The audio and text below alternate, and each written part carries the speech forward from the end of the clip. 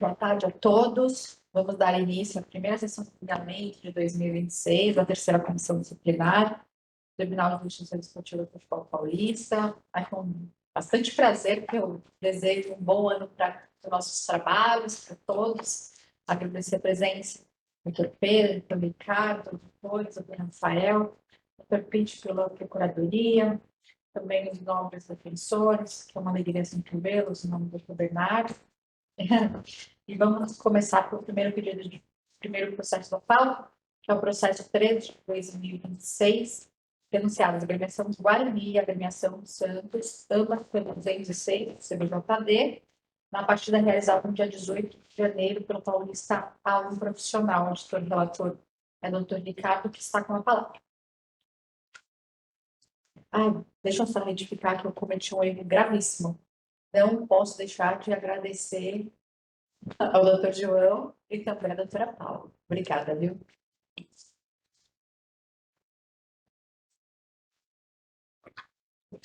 Boa noite, presidente. É um imenso prazer retornar aos trabalhos em nossa comissão. Agradeço as palavras. Também, como é a primeira do ano, né, faço questão de dar boas-vindas a todos os queridos colegas que toda quarta-feira eu desfruto da companhia dos senhores e da senhora, e um prazer imenso. Aos advogados aqui presentes também, um prazer em tê-los novamente na nossa sessão. Senhora presidente, o processo é o número 13 de 2026, oriundo de partida do Paulista A1 entre Guarani e Santos, ocorrido no dia 18 de janeiro, no estádio Brinco de Ouro da Princesa, em Campinas. A douta Procuradoria denuncia a equipe do Guarani, como em curso no artigo 206 do Código de Justiça Esportiva, pois, conforme extrai-se da súmula da partida do relatório do diretor de jogo, houve atraso de 2 minutos no início da partida, em decorrência do atraso de 1 minuto da equipe do Guarani ao retornar do intervalo. Por isso, a denúncia com fundamento no artigo 206 do Código de Justiça Esportiva.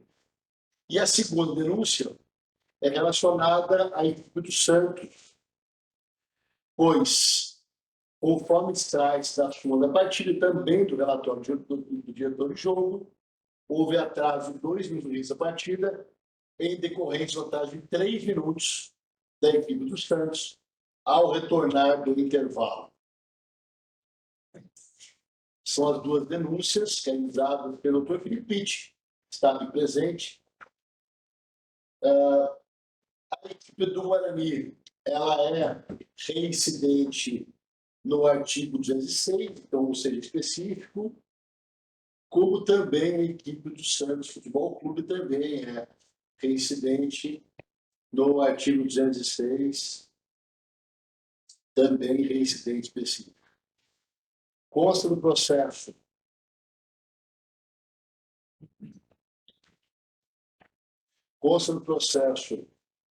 o relatório do diretor do jogo, onde, obviamente, consta o atraso, o relatório do jogo,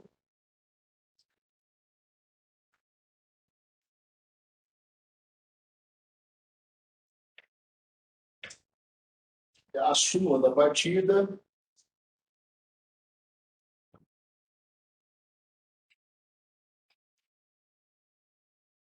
constando 1 minuto de atraso para a entrada do mandante e 3 minutos de atraso para a entrada do visitante. Isso em folhas 16. A citação válida para a sessão de hoje, senhora presidente, é o relatório do processo. Muito obrigada, doutor. Desculpa, temos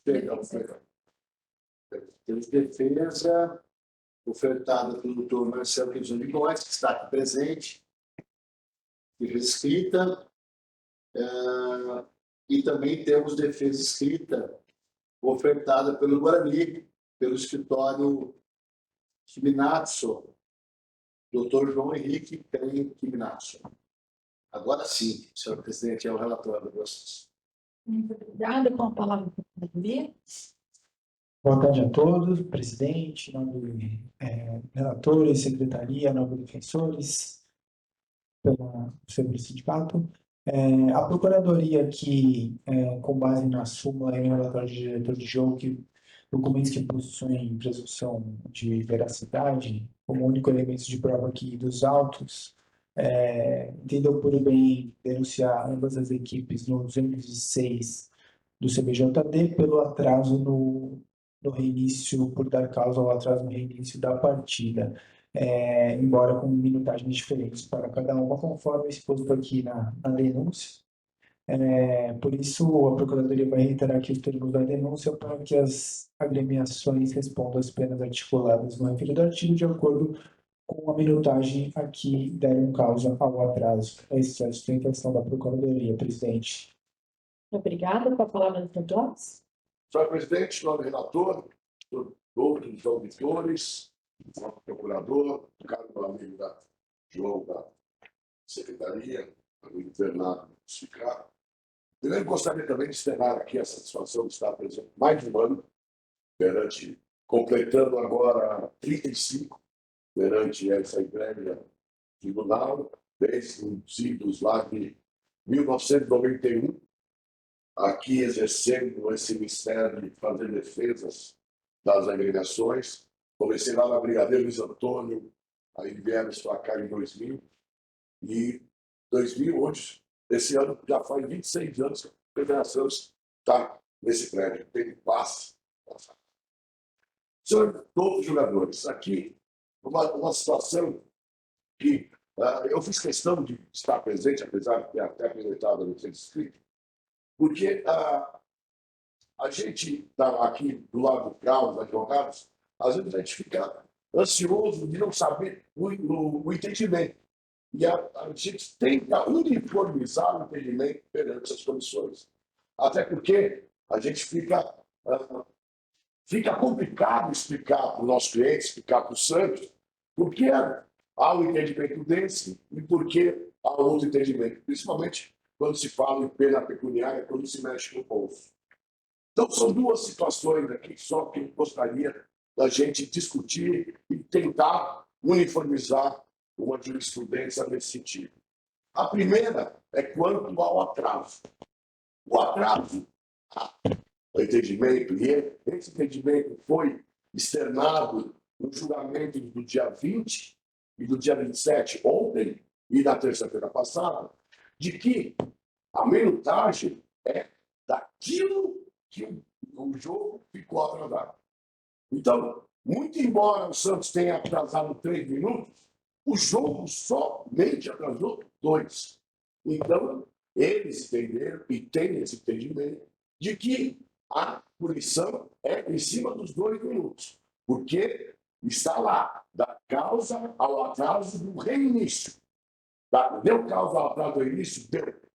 Aí depois, na pena, de 100 a R$1.000 por minuto de atraso, do atraso. Então, eles entenderam, e eu comungo com essa ideia também, de que, então, é pelo atraso do jogo, e não o atraso da equipe.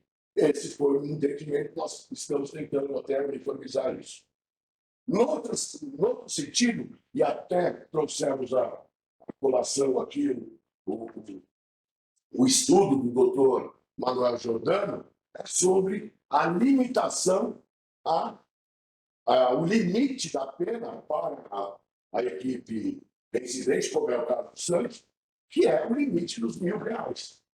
Com o ano passado, o Santos foi multado, muitas vezes, em pena maior do que R$1.000 por minuto, entendendo de que havia uma portaria, uma resolução que aumentava essa pena. E o doutor Manuel foi muito detalhado nisso, citando o artigo 178, que o julgador está limitado aos limites mínimos e máximos da pena. Ele não se pode aumentar aquilo que está previsto na pena. Quisesse que fosse aumentado, deveria ser alterado o código, e não por uma resolução que seria uma legislação inferior ao Código Desportivo. Então, fica limitado a esse entendimento da limitação ao máximo previsto no artigo 206. Então, no caso presente, o pedido é simples. Houve atraso do Santos? Ou o Santos é reincidente? É. Ou o atraso foi de 2 minutos, ou a reincidência, R$2.000 por minuto, R$2.000 seria a pena do Santos. É esse o entendimento que tem essa defensoria e deixa o excesso de critério de nosso. Muito obrigada, doutor Góes. Vou passar a palavra para o relator, só para falar resumo da defesa. Claro.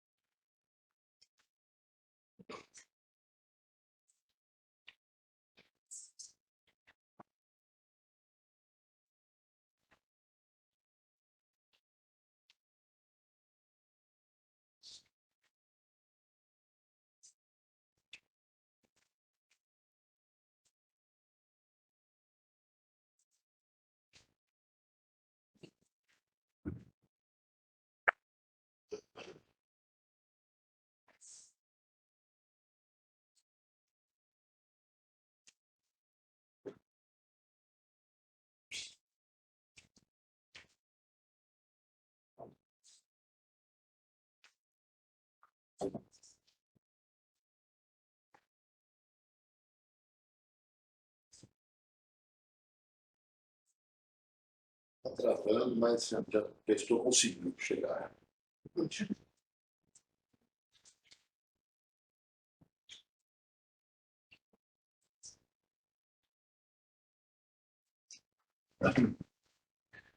Senhor presidente, o escritório de advocacia Minatsu apresenta a defesa em prol do Guarani Futebol Clube,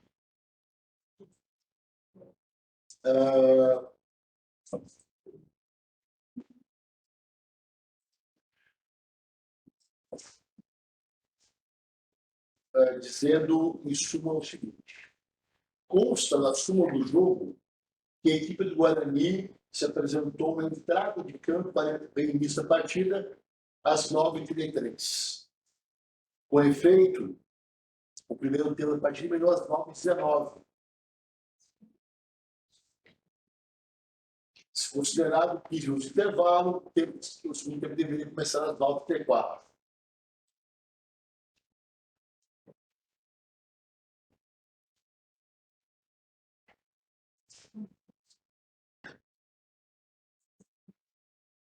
Alega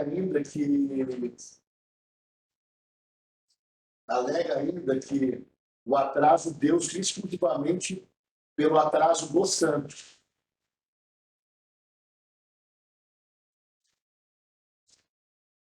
E pede a absolvição da denúncia realizada, como também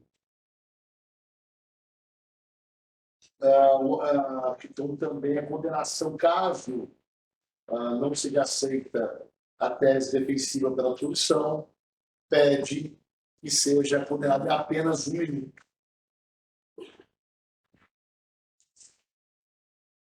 Passou ao voto, senhor presidente?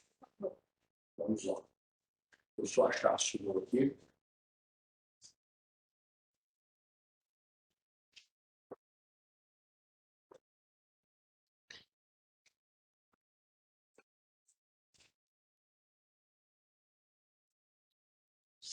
A súmula, senhor presidente, em folhas 16, a primeira folha da súmula, apresenta que o mandante, ou seja, o Guarani, ele se atrasou 1 minuto e o visitante, ou seja, o Santos, atrasou-se 3 minutos. Eu ouvi com muita atenção, eu já havia lido a defesa apresentada pelo Dr. Góes e também ouvi com muita atenção a sustentação oral e entendo que a tese defensiva apresentada pelo Santos, principalmente no que tange ao máximo determinado pelo legislador no Código Brasileiro de Justiça Esportiva, ela não pode ser desrespeitada. Então, muito embora ambas as equipes sejam reincidentes específicas no artigo 206, nós não temos, na minha visão, e peço ver se alguém tiver visão diferente, nós não temos, nós não podemos alterar o que consta no Código de Justiça Esportiva para aumentar a pena máxima atribuída pela minutagem, ou seja, o Código diz pena multa de R$100 até R$1.000 por minuto. Sendo assim, eu entendo que assiste razão, completa razão, a defesa ofertada pelo Santos. Mas, no que tange ao atraso específico da partida, eu não concordo. Se o artigo diz dar causa ao atraso no início da realização da partida, prova oponente, ou deixar de apresentar a sua equipe em campo até a hora marcada para o início ou reinício da partida. Existia um horário máximo para a reapresentação das equipes. O Guarani atrasou 1 minuto da sua representação. Por isso, meu voto é de R$1.000 para a equipe do Guarani. E a equipe do Santos atrasou 3 minutos. Por isso, o meu voto é pela ponderação na pena de multa em R$3.000 para a equipe do Santos. As duas equipes no conforme o artigo 206 do Código de Justiça Esportiva. Como eu voto, senhor presidente? Muito obrigada, Ricardo. Como voto, Pedro? Muito obrigado, presidente. Cumprimento a todos os presentes. Também sempre é um prazer estar de volta, muita alegria. Eu vou acompanhar o voto do relator, aqui por ele ter apontado aqui no código, que a questão ele também me fez pensar, né, a defesa do doutor me fez pensar, mas olhando aqui o código e também o voto do relator, eu acompanho integralmente. Muito obrigada. Como voto, Ricardo? Obrigada. Parabenizo a todos, doutor Góes, eu já volto bastante tempo, 6 anos, dessa forma, porque acho que se fosse a questão dos 3 minutos, seria enquadramento no protocolo 1, nós temos assim um STJD número 1 que fala sobre esse tema, então o meu voto seria só dos minutos em relação ao Santos, entendo aqui, por R$2.000. Esse é o meu voto divergente em relação ao Santos. Então, fica por unanimidade, na multa pecuniária de R$1.000, e por maioria Santos com R$2.000. Desculpa, R$3.000. Ambos no 206 do BJB. Julgamento encerrado. Muito obrigado, bom trabalho. Vamos agora para o processo da falta, 19 de 2026, denunciado Carlos Alberto Bertin, preparador da Escola de Defesa, em condição dos artigos 258B e 258K, CBJB, na partida realizada no dia 14 de janeiro, pelo Paulo Estados. Com a palavra para o relator, doutora Pedro. Muito obrigado, presidente. Agora, se for terminar a administração inicial, gostaria de cumprimentar todos os presentes. todos os colegas auditores, da Procuradoria, da Secretaria, também da Defensoria e advogados. Bom, vamos lá. Processo de número 19 de 2026, partida entre Água Santa e Linense pelo Campeonato Paulista 2 do profissional. Aqui, o denunciado é o senhor Carlos Alberto Bedin, foi um curso aqui no artigo 258 caput CDJD, pelo seguinte relato. E aqui, os verbos aqui na denúncia. Na partida objeto da presente denúncia, conforme relatado na súmula da partida, o preparador físico da equipe da Água Santa, o senhor Carlos Alberto Bedin, foi expulso com cartão vermelho direto por adentrar o campo do jogo no momento da comemoração de um gol da sua equipe e chutar a bola com força para o outro lado do campo. Diante disso, a Procuradoria requer a condenação já nos artigos citados.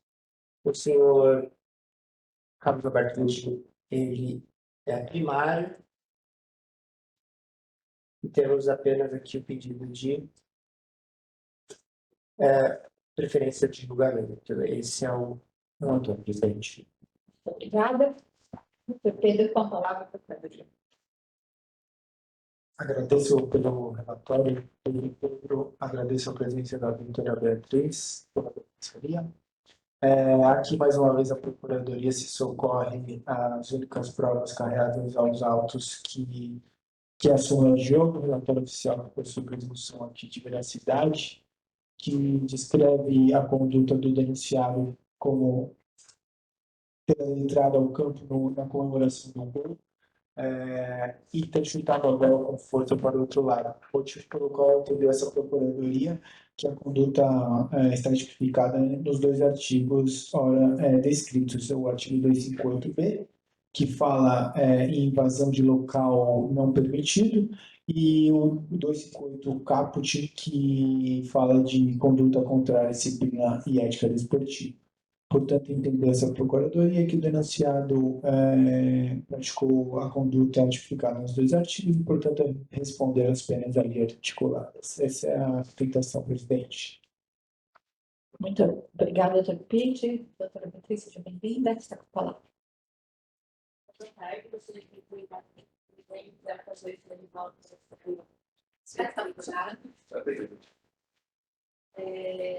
a defesa posso esclarecer sempre que não passei de prova de vídeo porque a gravação não mostra o momento.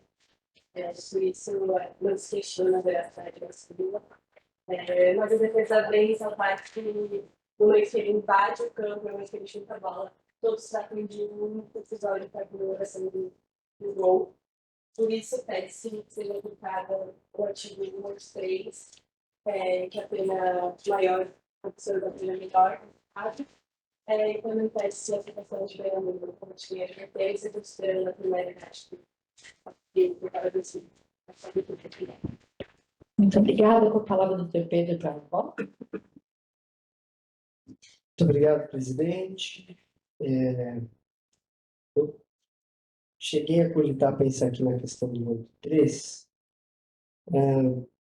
porém, eu acho que são duas ações diferentes, né?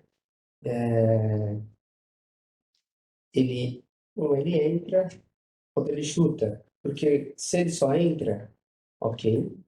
Se ele só chuta, né? Se ele está do lado de fora, mas aí chuta uma bola, acho que são duas ações diferentes. Entretanto, se ele não chuta a bola, não seria considerado invasão de campo. A gente já viu quando acontece um gol, né? Etc. Mas, enfim, está aqui no código, acho que aconteceu tanto, tá? E pensando nessa lógica, com relação ao 258b, tá? Eu aplico a pena mínima de uma partida convertida em advertência por considerar ali de pequena gravidade essa invasão durante o gol. E no 258, aqui eu acho que já é um pouco mais grave essa conduta desportiva enfim, de chutar a bola. Pela primeridade, eu aplico a pena mínima de uma partida. Esse é o meu voto, presidente. Muito obrigada. Como voto do Ricardo.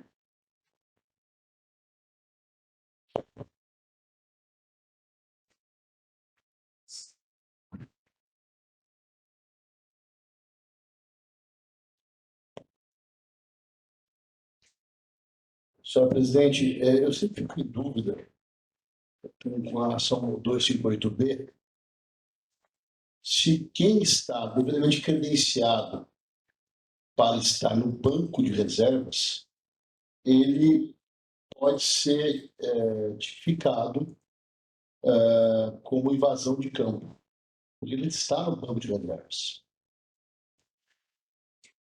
E por isso, eu voto pela absorção do 258B, porque eu entendo que quem está credenciado para estar no banco de reservas não comete invasão de campo, mas a atitude de chutar a bola, adentrar dentro das 4 linhas e comemorar o gol chutando a bola, obviamente é uma contrária à disciplina ou à ética desportiva. Sendo assim, eu, em diante da finalidade do operador físico, eu voto a pena de uma partida de suspensão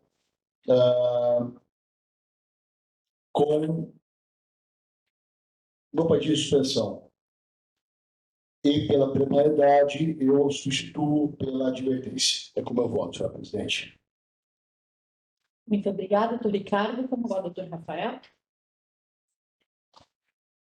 Obrigado, presidente. Eu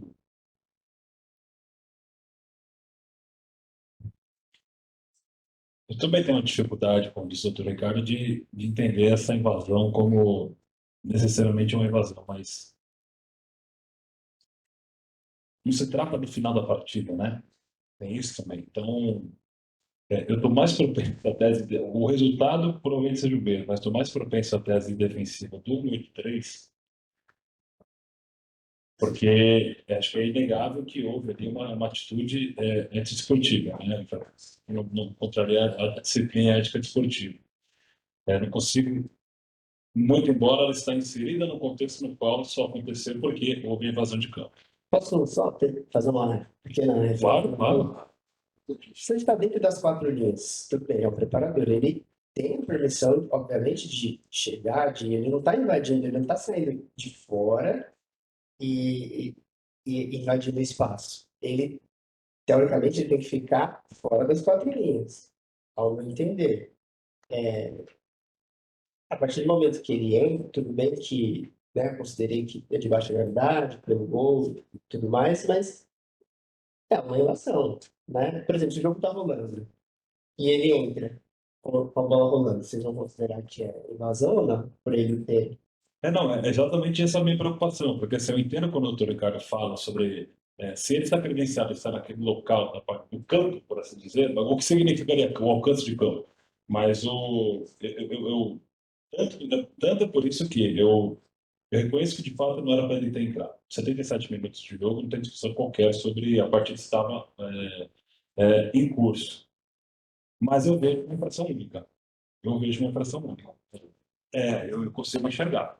Eu consigo enxergar uma infração. Acho que o erro foi a invasão. Claro, a gente pode até discutir, talvez, se a invasão, aspas, só a invasão é uma infração e ter chutado a bola ainda pode ter motivo de uma reprovação maior a ser analisado com a aplicação da pena. Da aplicação da pena. Porque ele foi além. Além de ter invadido, ainda falaram uma bica na bola. Mas eu enxergo uma infração única, considerando. Então, diante desse cenário, eu me vejo forçado a reconhecer a mais benéfica. Acho que a mais benéfica seria o 258.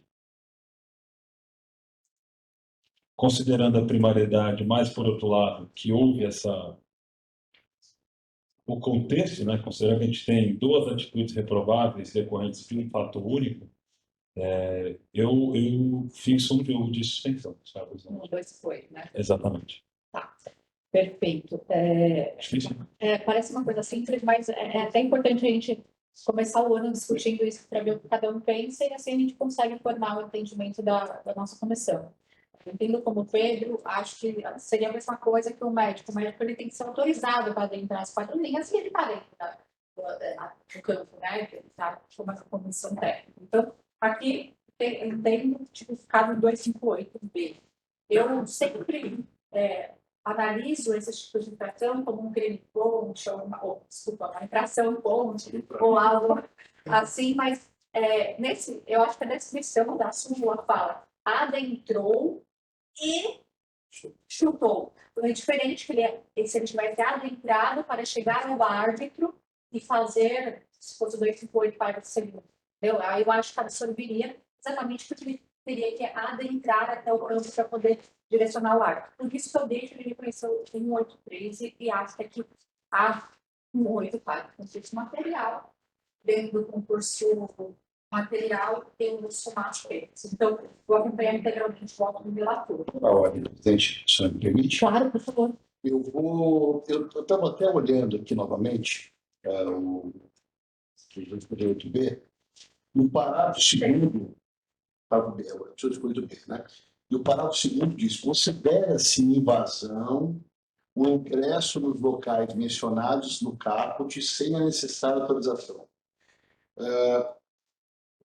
O local da partida estaria prova ou equivalente. Então, nesse caso, eu acho que o entendimento que eu exposei anteriormente está errado. Eu vou modificar o meu voto e vou votar com o relator nesse caso, tá bom? Perfeito. Então, para proclamar, fica por maioria o denunciado, senhor Carlos Alberto Pedim, suspenso em uma partida por incursão no artigo 258 caput e suspenso em uma partida no artigo 258B, como artigo inadvertido. Isso, posso ver? Julgamento encerrado. Obrigada pela referência. Agora, por parte da pauta, processo 21 de 2026, denunciados a agremiação Taubaté, por incursão no artigo 33, índice BJB, e a agremiação Osasco Esporte, por incursão no artigo 213, inciso 1º, parágrafo 2º, CBJD, a partida realizada no dia 14 de janeiro, pelo Paulista A2 Profissional. Auditor e relator, Dr. Rafael, está com a palavra. Senhor presidente, eu vou me declarar suspeito e não vou participar desse julgamento. Perfeito, muito obrigada. Pedir licença para ir no banheiro. Oi, que tal? Alguém quer um café? Café ou?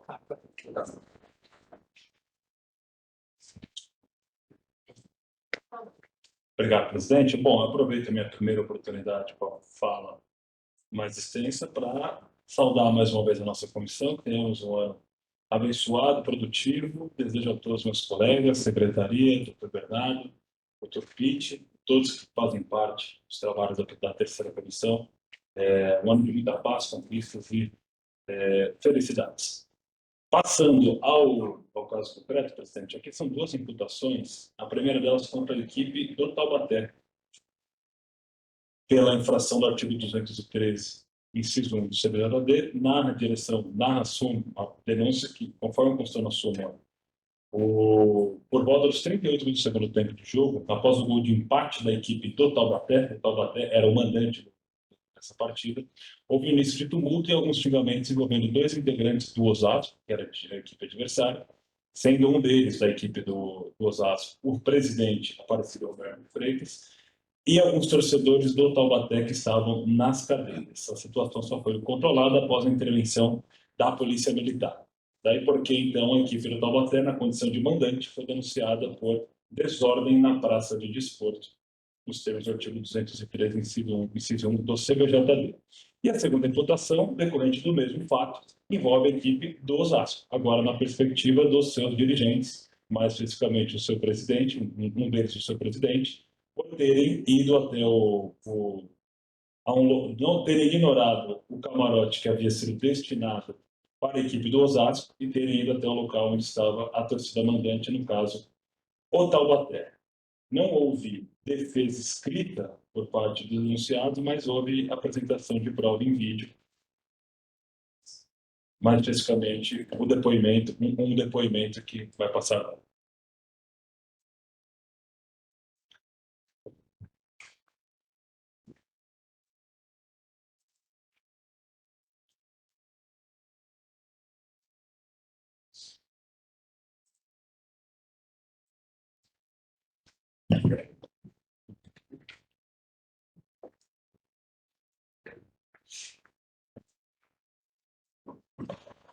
Boa tarde, meu nome é Guilherme, eu sou o diretor de imprensa do Esporte Clube Taubaté. No dia do jogo contra o Osasco, tivemos uma situação, nós pedimos, já convidamos, né, os diretores, o presidente do Osasco para ficar nas cabines, mas eles preferiram ficar no canto das cadeiras. Durante o jogo, no momento, notamos uma confusão e fomos rapidamente até o local onde estava tendo a confusão. Nesse momento, quando eu cheguei, já estavam os seguranças que estavam ali nas cadeiras, acalmando, né, a discussão, e daí houve um relato da torcida de gestos obscenos de um integrante da diretoria do Osasco. Visto isso, foi chamado a polícia por esses torcedores, e a polícia foi lá, identificou a pessoa e pediu para ela se retirar, finalizando assim a confusão. Não houve briga, nem agressões físicas, ficou apenas na situação de discussões e troca de provocações. Espero ter colocado todo o relato. Obrigado, até mais. Muito obrigada. Deixa eu só tirar uma dúvida. O doutor Bernardo que está pelo representante do Taubaté, né? Foi depoimento de testemunho. A gente. É que ele falou de imprensa. Não, mas ele é. Ah, tá, ele está com representante do clube, tá. Só para tirar essa. Imprensa do. Vamos chamar, tá? Mais alguma outra prova para dizer? Tá. A palavra é do doutor Witt. Agradeço o relatório do nobre auditor, relator do caso, doutor Rafael, que já descreveu aqui os fatos que foram motivo da denúncia de ambas as agremiações. Entendeu essa procuradoria que o fato da equipe mandante Taubaté não prevenir atos de hostilidades, combinado com os atos de seus torcedores que contribuíram ali para a desordem na arquibancada, vamos chamar de arquibancadas, que na suma diz cadeiras, mas podemos entender como arquibancadas, combinam com a atitude, com a conduta ali descrita no 213, inciso 1º do Código Brasileiro de Justiça Desportiva. Portanto, a agremiação Taubaté, na condição de mandante, deve responder às penas articuladas neste artigo.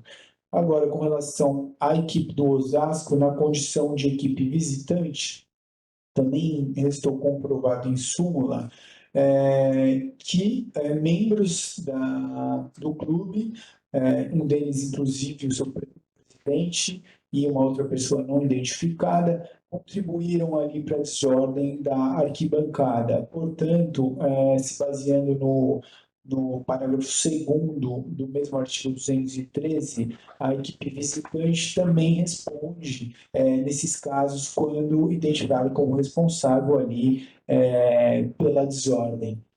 Então, também deve responder as penas articuladas neste artigo. Cabe só saltar que, em que pese todo respeito aqui ao depoimento da testemunha, ele não foi capaz de rechaçar os atos descritos na súmula. Essa é a sustentação, presidente. Muito obrigada. Com a palavra, doutor Bernardo.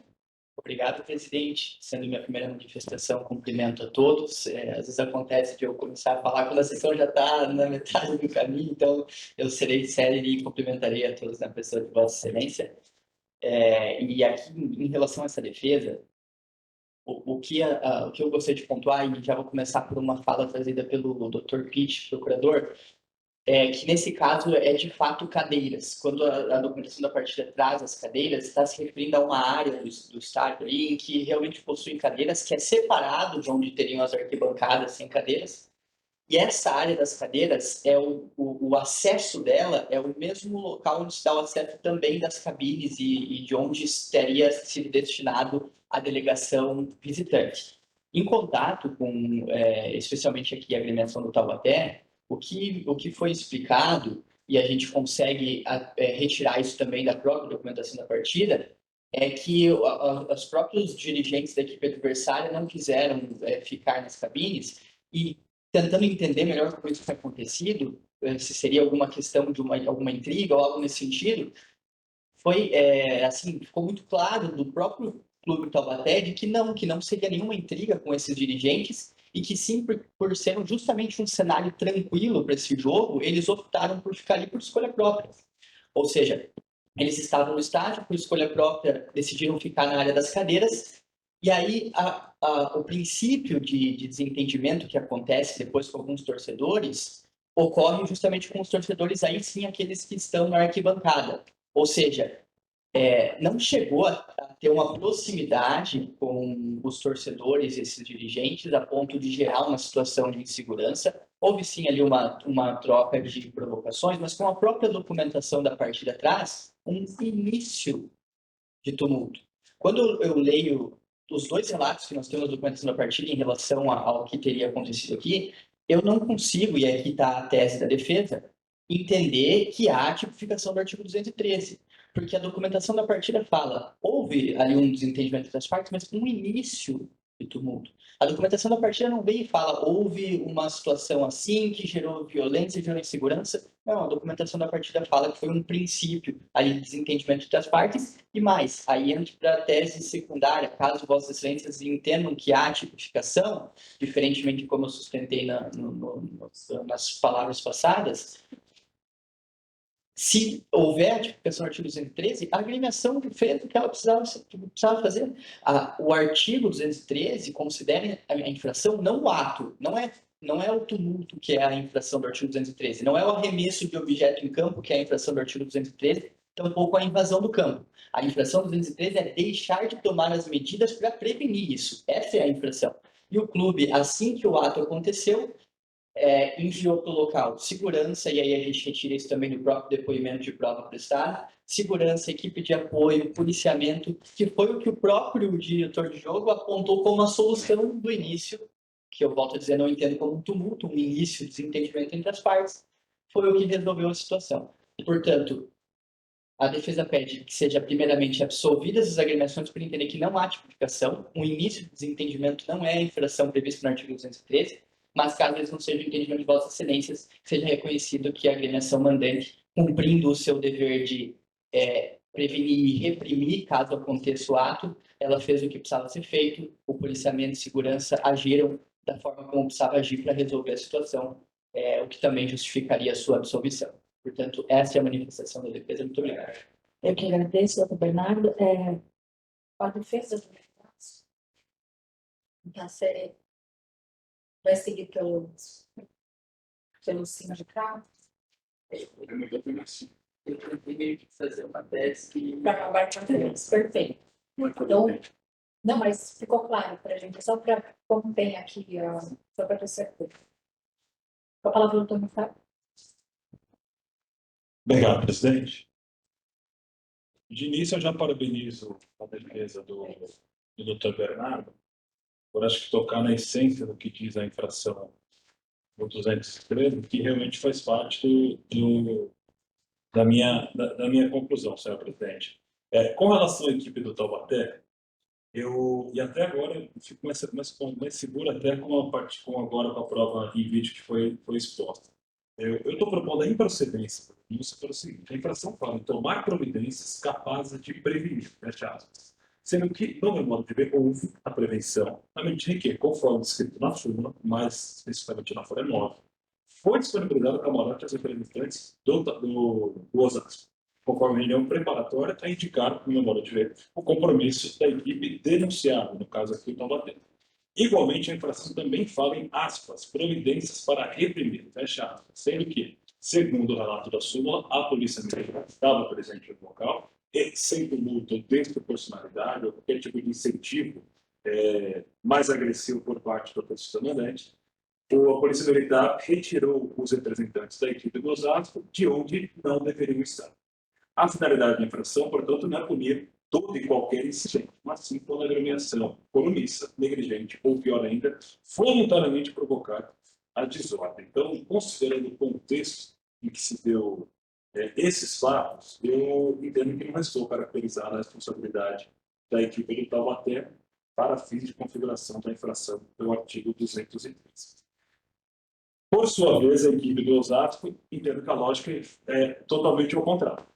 Aqui eu proponho, senhor presidente, a procedência da denúncia, a forma como foi destacado, inclusive, pela exposição muito bem feita pela Procuradoria, porque aqui o 213, mais específico do seu parágrafo, especificamente o seu parágrafo 2º, diz que, caso a desordem, invasão ou lançamento de objeto seja feita pela pessoa da entidade adversária, tanto a entidade mandante como a entidade adversária serão puníveis, mas somente quando comprovado que também contribuíram para o fato. Eu acho que a contribuição causal por parte dos representantes do Osasco, ela é incontroversa. Então, quem contribuiu diretamente para esses fatos foram, em especial, ainda o seu presidente, conforme já mencionado no meu relatório, e que deliberadamente abriu mão de ir ao camarote que havia sido disponibilizado para ir ao local onde estava a torcida da equipe mandante. Apesar de não se tratar de nenhuma rivalidade regional ou nacional, ou então alguma informação sobre alguma prévio desgaste das diretorias, entendo também que era de se esperar algum tipo de reação e até gritos ofensivos por parte do torcedor mandante ao notar que no seu espaço destinado havia a presença de dirigentes da equipe adversária. Seria utópico até esperar uma passividade completa nesse contexto de uma partida de futebol. Por sua vez, a equipe dos dirigentes da equipe do Osasco era essa que não era de se esperar. Aquilo que era de se esperar era justamente que eles estivessem na parte destinada a eles. A gente poderia até pensar que a dirigência do Taubaté poderia tentar evitar, falar, olha, não, continuem no camarote, não vão para esse local da partida, onde está a nossa torcida mandante, e que isso poderia, de algum modo, ser alguma medida preventiva para evitar. Só que a banda poder pegar um desgaste justamente porque, se querem até aquele local, perfeito, vão até aquele local, também não vamos obrigá-los, amarrá-los aqui agora para ficar no camarote. Então, se houve uma conduta que eu acho que contribuiu para esse incidente da maneira que é punível pelo Código, pelo CBJD, foram dos dirigentes do Osasco. Então, a razão pela qual eu julgo procedente em relação à denúncia em relação à equipe do Osasco, e considerando a sua multi-incidência e até mesmo que a postura reprovável da denúncia veio do alto escalão, incluindo o seu presidente, repito, fixa a multa no valor de R$3.000. Muito obrigada. Como voto, terceiro. Presidente, gostaria de parabenizar o voto do relator e acompanho integralmente. Muito obrigada. Em relação ao Osasco, acompanho integralmente o voto do relator. Divergiria aqui quando dá pena, mas se não foi sustentado, eu vou seguir. Quanto ao Taubaté, eu fiquei aqui numa dúvida, eu queria até perguntar para vocês. Eu conheço de uma prisão e saída das arquibancadas. A partir do momento que existe que eles optaram por ficar em cadeiras, como foram trazidos à diretoria do Taubaté, como que foi autorizado pela diretoria do Osasco? Como foi autorizado pelo Taubaté que torcedores ficassem também nas cadeiras e não na arquibancada? Aí eu pergunto se houve a prevenção pela equipe de Taubaté. Foi essa a minha única dúvida em relação. Se fosse só, foi destinado, tá, mas também tem que organizar e prevenir em relação aos próprios torcedores de Taubaté, que ficarem na área que não era destinada, porque a cadeira está próxima ao campo e não é arquibancada. E lá tem uma arquibancada boa e grande, em volta do estádio inteiro. Então, por este motivo, acho que não tomou todas as medidas suficientes à prevenção, motivo pelo qual meu voto, levando já em consideração a reincidência em crimes iniciais. É só essa minha divergência. Então, fica por maioria a agremiação do Taubaté absolvida, e por unanimidade a agremiação Osasco é condenada em multa de R$3.000 por execução no artigo 213, inciso 1º, parágrafo 2º do CBJD. Julgamento encerrado. Vamos para o próximo? Agora é o quinto da pauta. Processo 22 de 2026. Denunciados Fábio de Souza Silva, pela Sertãozinho, precursor número 254, parágrafo 1º, inciso 1º do CBJD. O segundo denunciado, Carlos Manuel, atleta do 15 de Piracicaba, por incursão no artigo 254, parágrafo 1º, inciso 1º do CBJD, na partida do dia 14 de janeiro, pelo Paulista 2 profissional. Auditor relator, doutor Ricardo, que está com a palavra. Obrigado, senhor presidente. Processo 22 de 2006, Paulista A2, entre 15 de Piracicaba e Sertãozinho, ocorrido no dia 14 de janeiro, no estádio municipal Barão de Serra Negra, em Piracicaba. Os denunciados são Fábio de Souza Silva, do Sertãozinho, e Carlos Manuel de Rezende Teodoro, do 15 de Piracicaba. Diz a adulta Procuradoria que o atleta do Sertãozinho, o senhor Fábio de Souza Silva, ele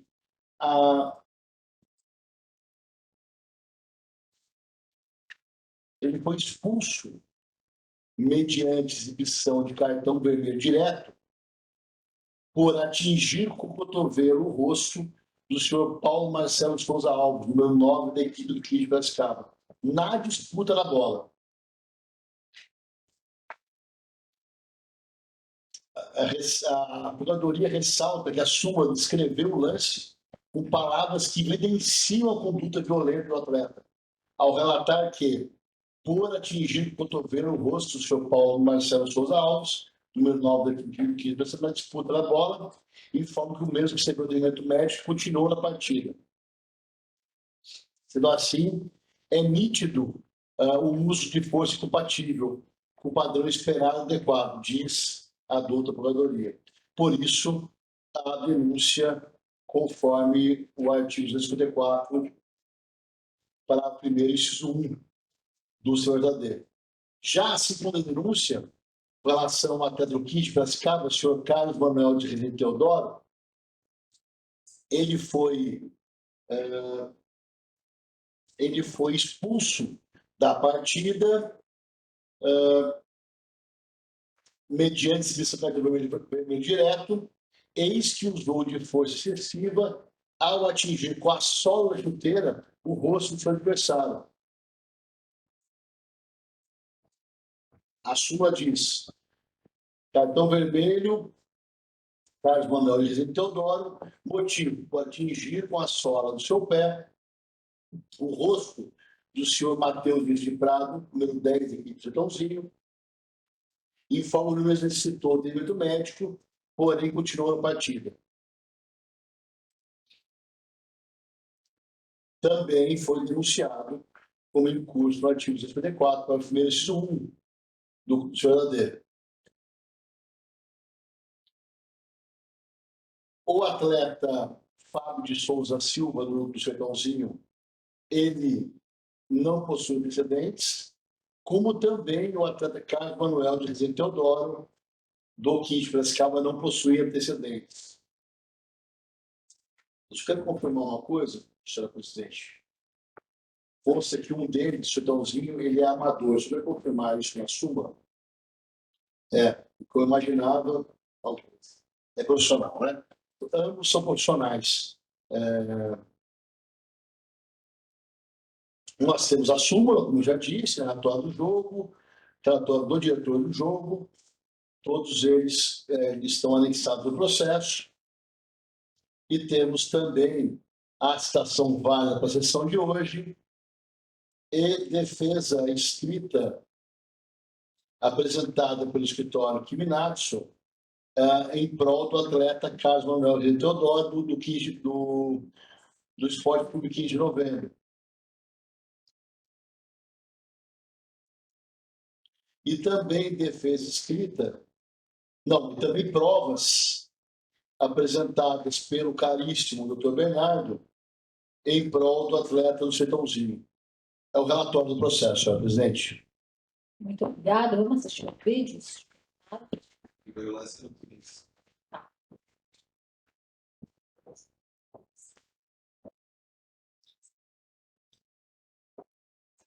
Vamos, pode voltar rapidinho?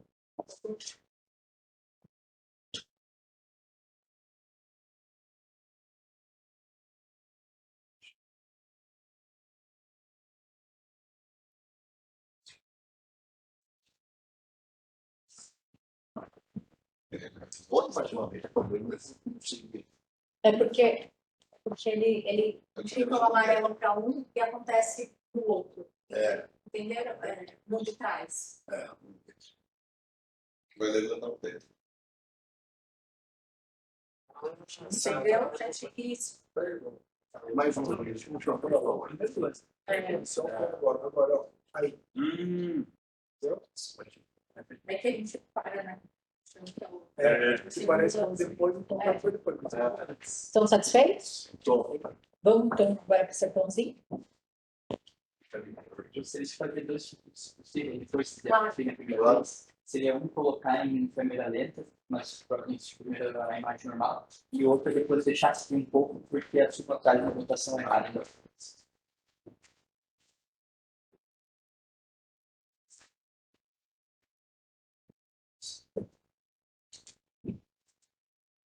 Se quiser colocar em câmera lenta também, então para a gente ver você destacar além da distância do arco, como o denunciado está à frente do adversário e como o movimento de braço é de empurrão, ele realiza um empurrão para trás. Na câmera lenta fica um pouco mais fácil de ver, porque o braço vai devagar, então você não vê gatilho e vê empurrão. E eu sei que deixar essa imagem um pouco, porque esse aqui é o atleta que foi atingido, ele se levanta agora e não entra ninguém para fazer o atendimento dele, como a gente na súmula que ele recebe atendimento com ela.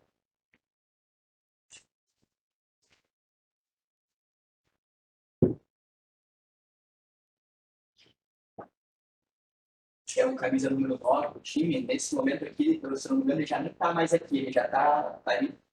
Acho que é esse aqui, ó. Esse que levantou, já está indo para a área.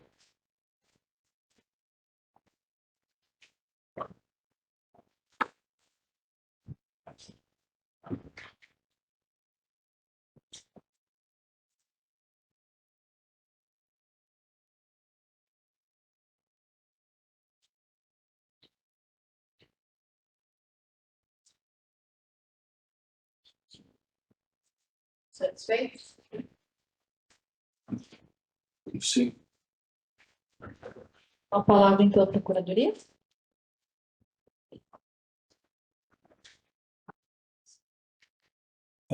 A Procuradoria agradece o relatório do nobre relator. Primeiro, eu vou inverter a ordem da denúncia. A sustentação, eu vou começar pelo denunciado Carlos Manuel, que foi o primeiro da prova de vídeo.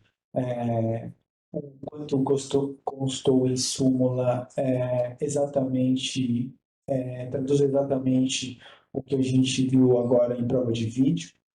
O atleta denunciado Carlos Manuel levanta o pé bem alto acima do ombro, atingindo a cabeça do seu adversário, numa clara e nítida jogada de uma prática de jogada violenta, mesmo sem a intenção de causar dano ao seu adversário, acabou causando. Portanto, deve responder as penas articuladas 254, parágrafo 1º, inciso 1º do CBJD.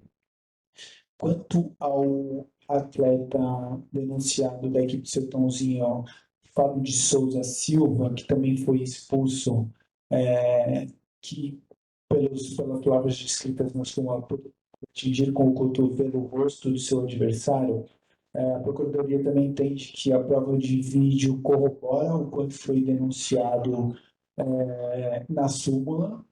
E a Procuradoria gostaria de ressaltar aqui que a cotovelada ela é tipificada no Código Brasileiro de Justiça Esportiva como agressão.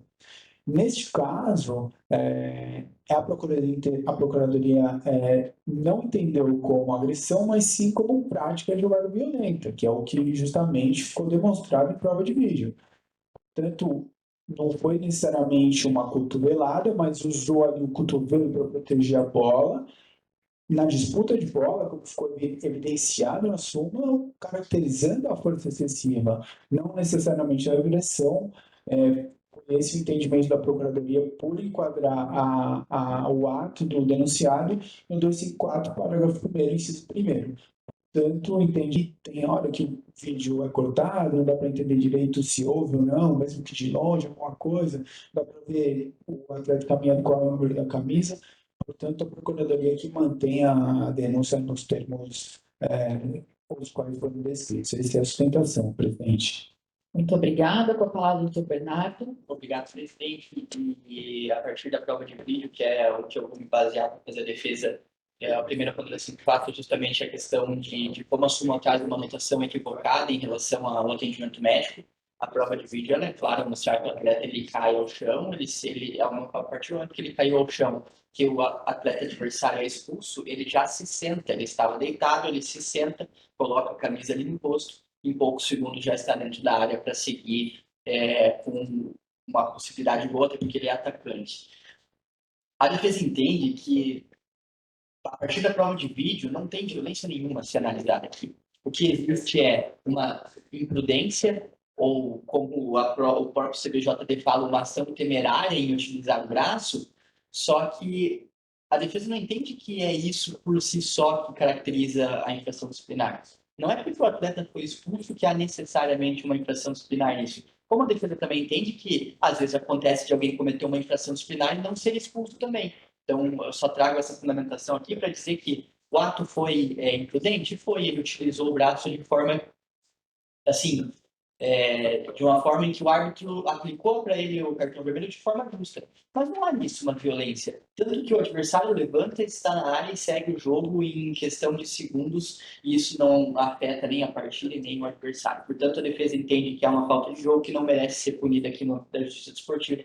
Pede a absolvição do denunciado, ou de forma subsidiária que seja desclassificado pelo artigo 250, por entender que se houvesse, a se falar, uma infração disciplinar, não sendo uma violência, uma jogada violenta, caberia se falar, então, de hostilidade, e pede a aplicação de advertência dentro do dispositivo legal, considerando que o denunciado é primário. Essa é a manifestação. Muito obrigado.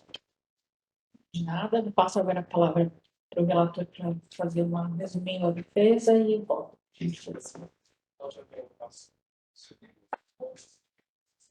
Doutor João Henrique Criminato de oferta de defesa pelo atleta Carlos Manuel de Reis Teodoro, dizendo primeiramente sobre a primariedade do denunciado, trouxe a prova de vídeo que nós assistimos, e nela ele evidencia que a jogada foi um disputa de bola, e ao virar rapidamente, buscando única e exclusivamente chutar a bola, acabou acertando sem qualquer intenção o atleta adversário. A súmula realmente passa a impressão de que houve uma invasão violenta, mas o vídeo não demonstra isso. A atitude denunciada pode ser citada no máximo uma conduta contrária à defesa esportiva, jamais invasão violenta.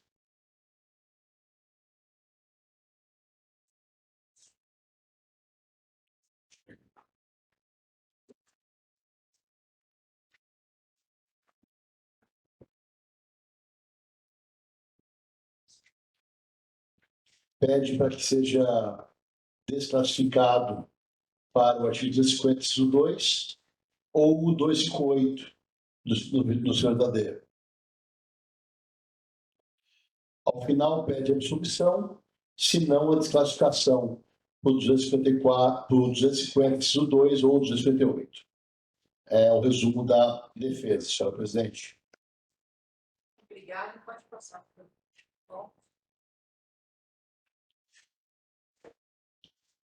Eu vou seguir a ordem da denúncia.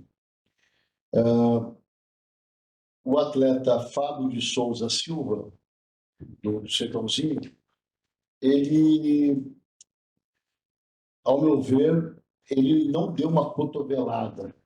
Eu não consegui enxergar uma cotovelada no lance.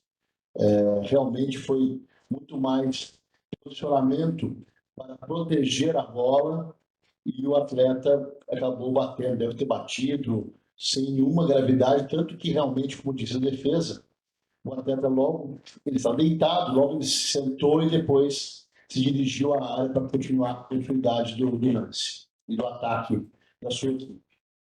Sendo assim, meu voto é pela desclassificação para o artigo 250,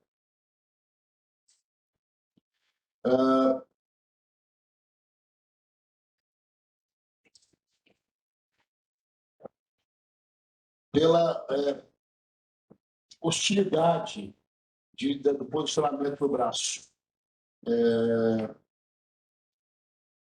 E eu aplico a pena de um partido de suspensão, substituindo pela de advertência, diante da penalidade, conforme o parágrafo 2º do 250. E, com relação ao atleta Carlos Manuel Henrique Teodoro, também não consigo. Ele, como bem disse a doutoradoria, ele não tentou atingir o rosto do seu adversário com a sola do pé. Foi uma jogada afoita, uma jogada.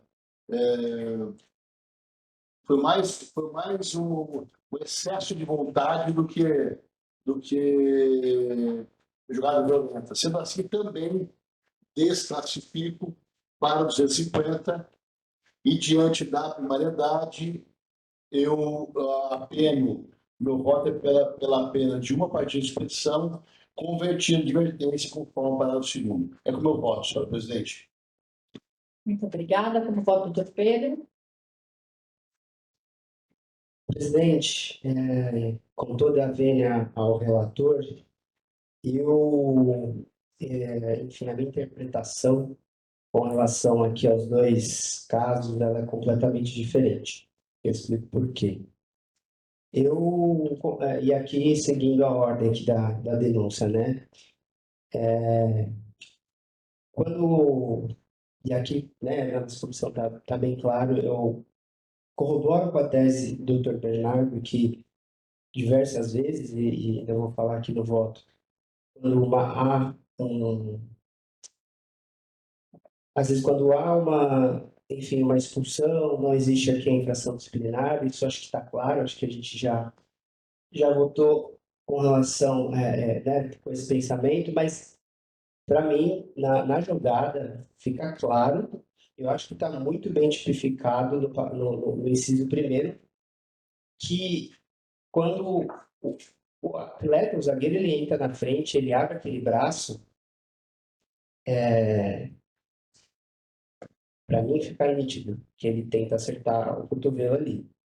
A malandragem do jogo e etc. Mas não é só uma abertura de braço ingênua que ele vai proteger a bola, não. Ele levanta aquele braço ali para tentar acertar. E aqui, para mim, está caracterizado que é um emprego de uma força compatível com um padrão razoavelmente esperado para a respectiva modalidade. Senão ele só entrava, ele poderia abrir o braço ali à minha altura. Nisso, ao meu ver, tá? Eu estou toda vendo aqui o relator, ele entra, ele joga o braço em cima, tudo bem que é muito rápido, mas eu vi a intenção dele. Porém, ele já foi, né, acredito que já foi aqui advertido, acho que não entra em questão aqui a questão do atendimento médico ou não, porque acho que depende muito de lance a lance. Então, eu considero sim, né, a denúncia aqui no 254, parágrafo 1º, inciso 1, porém, como ele já cumpriu aqui né, a automática, acho que foi muito bem aplicado, eu converto aqui a pena mínima em advertência da primária, né? Então, converto a pena mínima aqui em advertência. Com relação ao Carlos, e aí eu interpreto também diferente, já no Carlos eu não vejo aqui a infração disciplinar, né? Eu vejo ali uma jogada que ele virou, ele não viu, e aí sim a gente fala no caso que houve a infração das regras do jogo, né? Ele tomando o cartão vermelho, mas não houve ali, não consigo nem classificar em ato desleal ou hostil, porque ao meu ver ele não viu, ele estava com o pé rodou, o árbitro, né, com a sua autoridade, interpretou ali que aquilo foi uma infração do jogo, expulsou, muito bem expulso, mas com relação à infração disciplinar, eu não vejo, por isso eu estou absolvendo aqui o Carlos Manuel Rezende Teodoro. Por conta disso, esse é o meu voto, presidente. Obrigada. Como vota? Pela ordem, senhor presidente, eu convencido pelos argumentos do voto do doutor Pedro, e eu vou segui-lo também. Eu farei do voto do Pedro o meu, parabenizando pela leitura. Eu acabei de ver de novo aqui as imagens, realmente eu me convenci com o voto do Pedro. Perfeito. Obrigada, Ricardo. Como vota? Doutor Rafael? Obrigado, presidente. Parabenizando o voto do Dr. Pedro e também a postura do Dr. Ricardo, eu vou acompanhar a divergência, a relatoria. Agora há uma discussão. Mas, enfim, acompanho o voto do relator após a sua retificação. Muito obrigada. Eu vou acompanhar integralmente em relação ao Sertãozinho. Entendi também que identificado 254, acho que ficou assistir com câmera lenta aqui, enquanto inclusive eu vi a defesa para tentar acompanhar. E acredito que está identificado em 254 para o primeiro, entendo também pela uma partida convertida em advertência. Só peço vênia aos auditores em relação ao Carlos Manuel. Aqui eu entendo como identificado no ato hostil, acho que levantou um pouco a mais, passou do aceitável, atingiu o rosto, acho que, né, então, que eu não acho que foi só um ato de jogo, acho que teve sim uma força, mas aí não seria a força excessiva, mas o ato antipático mesmo, de querer, de uma certa forma, atingir o seu adversário. Então, meu voto seria em uma partida convertida em advertência. Então, fica por unanimidade, senhor Fábio Souza, suspenso em uma partida convertida em advertência por incursão no artigo 258, parágrafo 254, parágrafo 1º, inciso 1º do CBJD, e por maioria, senhor Carlos Manuel, absoluto. Julgamento encerrado. Vamos agora para o último, o sexto da pauta, processo 23 de 2026, denunciada a agremiação do ventre, na incursão no artigo 206 do CBJD, pelo Paulista 2 profissional, do dia 17 de janeiro, auditor e relator, doutor Rafael, está com a palavra.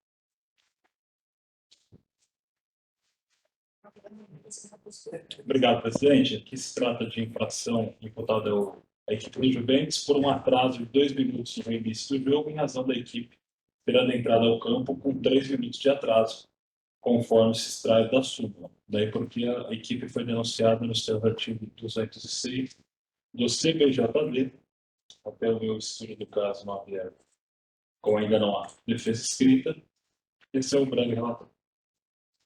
Muito obrigada. Com a palavra, Procuradoria. Obrigado pelo relatório. Aqui a Procuradoria vai ser bem sucinta. Consta na súmula o atraso de 3 minutos da equipe visitante, que combinou com 2 minutos de atraso para o reinício da partida. Portanto, a agremiação de Juventus deve responder as penas do artigo 206 do CBJD. Com a palavra, defesa. Obrigado, presidente. E sendo também muito objetivo aqui, a defesa apenas pede que seja levado em consideração o efetivo atraso, só somente 2 minutos e não 3, e que, em caso dobrada a punição devido ao entendimento de reincidência, fique limitada aos R$1.000 por minuto. Essa é a manifestação. Muito obrigado. Eu agradeço. Como voto, doutor Rafael. Obrigado, presidente. Apenas para seguir a coerência do julgamento já realizado hoje, eu estou propondo a procedência da denúncia, a infração objetiva, no valor de R$3.000 pelos 3 minutos de atraso.